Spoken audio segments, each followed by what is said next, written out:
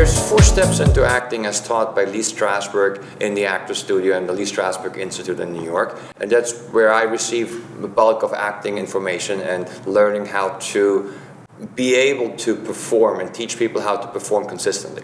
So your job as an actor is not to be great once. Your job as an actor is try to figure out a method that guarantees that even on a hard day on a set, it doesn't matter what you're going through personally, you're always able to deliver. There's no more bad acting. And if you look at famous actors, Glenn Close, or if you think about Meryl Streep, she never acts badly. She always acts great, good, or well, or great. Robert De Niro, never is bad at acting. So they all have a technique, and most of them use the exact technique that I'm talking about today, the same way of approaching the work that guarantees you always do the same thing. It's like being a doctor.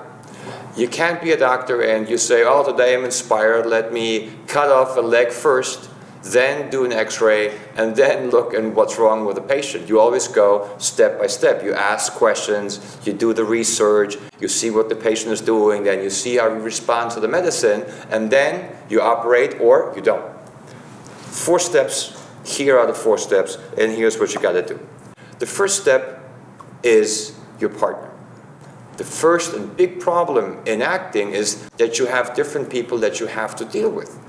You're never going to have your ideal partner to work with, or not very often is that going to be the case.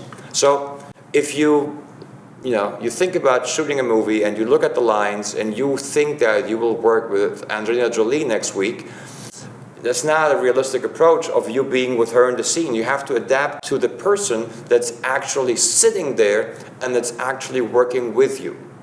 So the first step in acting, several steps coming here, the first step in acting is you and your relationship with that other person.